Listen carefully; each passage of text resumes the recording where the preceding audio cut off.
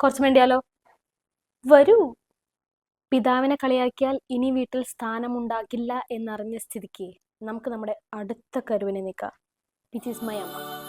എൻ്റെ അമ്മ വിപ്ലവം ജയിക്കട്ടെ അങ്ങനെയൊക്കെ ഒരു മെന്റാലിറ്റിയുള്ള ഒരാളാണ്. അതായത് എവിടെ അനീതി കാണുന്നു അവിടെ ഇടപെടുക, മക്കളെ രക്ഷിക്കുക, അങ്ങനെയൊക്കെ ഒരു ഒരു ഒരു ഒരു ഒരു മെന്റാലിറ്റി ഉള്ള ഒരാളാണ്.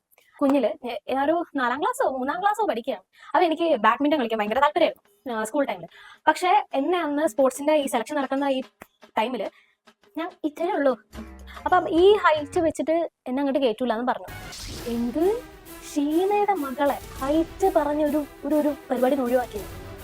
പി ടി എ മീറ്റിംഗ് എപ്പോ? ഇനി പി ടി എ മീറ്റിംഗ് എപ്പോ എന്ന് പറയാൻ അമ്മ തുടങ്ങി. അപ്പൊ ഞാൻ വിചാരിച്ചു അമ്മ പോയി ടീച്ചറിനോട് നൈസായിട്ട് കാര്യം ഒരു അവതരിപ്പിച്ച് എന്നെ ഈ ബാഡ്മിന്റൺ ഇതിനെ കയറ്റുന്നതാണ് ഞാൻ വിചാരിച്ചത്. പിന്നീട് ഒരു ദിവസം എന്നെ ഒരു കുട്ടി വന്ന് അസംബ്ലി നടക്കുന്നതിന് മുന്നേ ഒരു കുട്ടി എൻ്റെ അടുത്ത് വന്നിട്ട് പറഞ്ഞു, ഹെലനെ പി ടിന്റെ മാമ വിളിക്കുന്നുണ്ട്, ഒന്ന് ചെല്ലണം, ഇന്ന സ്റ്റോർ റൂമിന്റെ അവിടേക്കാണ് വിളിക്കുന്നതെന്ന് പറഞ്ഞു. പക്ഷെ അപ്പോഴും എന്റെ മനസ്സിൽ ഇങ്ങനെ കളിക്കുകയാണ്, എന്തിനാണ് ഞാൻ ഈ സ്റ്റോർ റൂമിൽ വന്നിരിക്കുന്നത്?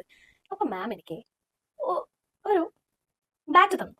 ബാറ്റ് എടുത്തപ്പോൾ എനിക്കത് താങ്ങാൻ കഴിയുന്നില്ല. ഈ മാം എന്നിട്ട് കുറച്ച് ദൂരെ പോയി നിന്നിട്ട് എനിക്ക് ബോള്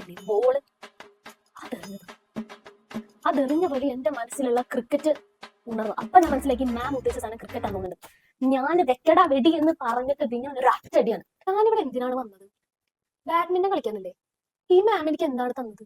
പോണേ മുന്നേ ഈ മാം എന്നോട് പറഞ്ഞു, മോൾക്ക് ടെന്നീസ് കളിക്കാൻ അറിയില്ലല്ലേ? അപ്പോഴാണ് ഞാൻ ഈ കാര്യം അറിയുന്നത്, ഇത് ടെന്നീസാണ്. ഞാൻ വീട്ടിൽ പോയിട്ട് അമ്മേനെ ഒന്ന് ചോദ്യം ചെയ്തായിരുന്നു. അപ്പൊ അമ്മ പറഞ്ഞു, ആ ടെന്നീസ്, നീ ടെന്നീസ് കളിക്കാനല്ലേ എന്നോട് പറഞ്ഞത്?